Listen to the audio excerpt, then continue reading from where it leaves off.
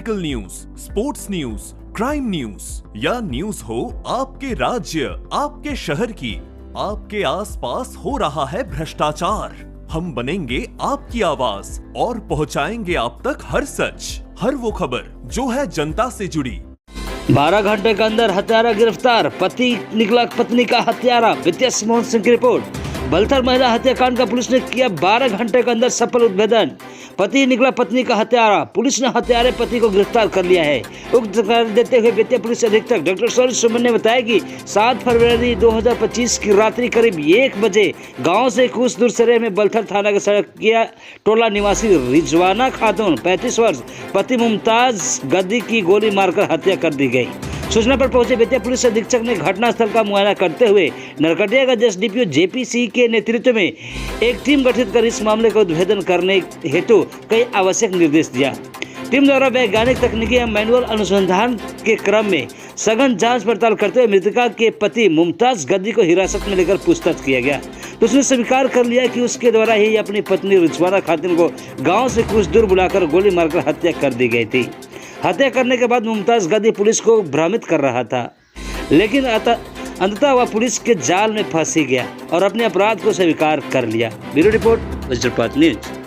कल जो news channels और हर जगह आपको चल रहा था कि बलथर थाना अंतर्गत सरकिया टोला में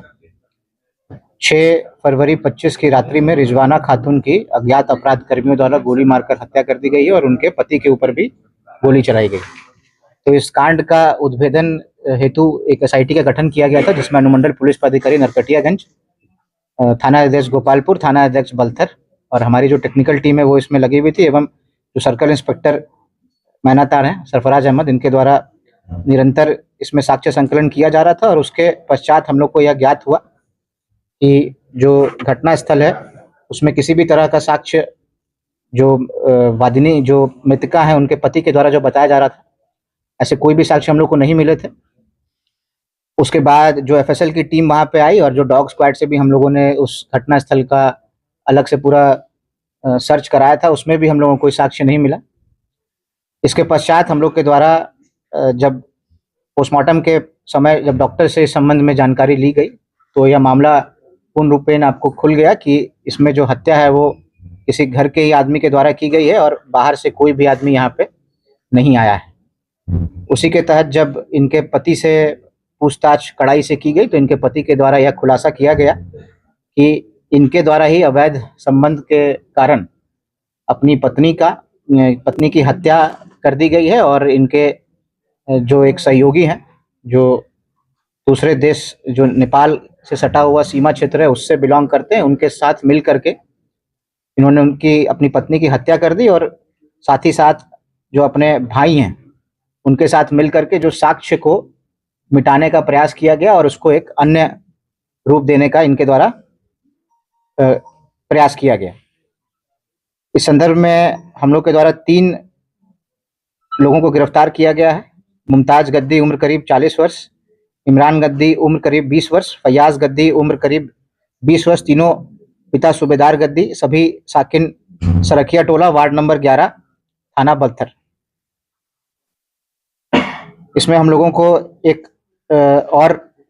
चीज मिली कि ये जो अपराध कर्मी है मुमताज गद्दी,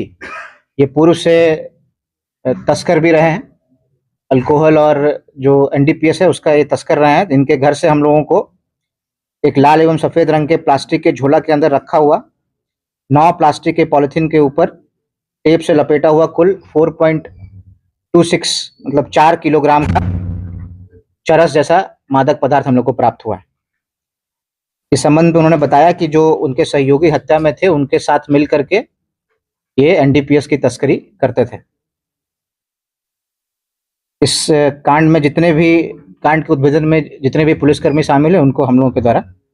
पुरस्कृत किया जाएगा। अवैध संबंध पति के अवैध संबंध की बात आई है और जो हथियार है वो आपको नेपाल ले जाने की बात बताई जा रही है। उस संबंध में जो वर्षा एसपी हैं उनसे संपर्क स्थापित किया गया और जो वहाँ के फरार अपराध कर्मी हैं उनको पकड़ने के लिए हम लोग निरंतर प्रयास कर रहे हैं।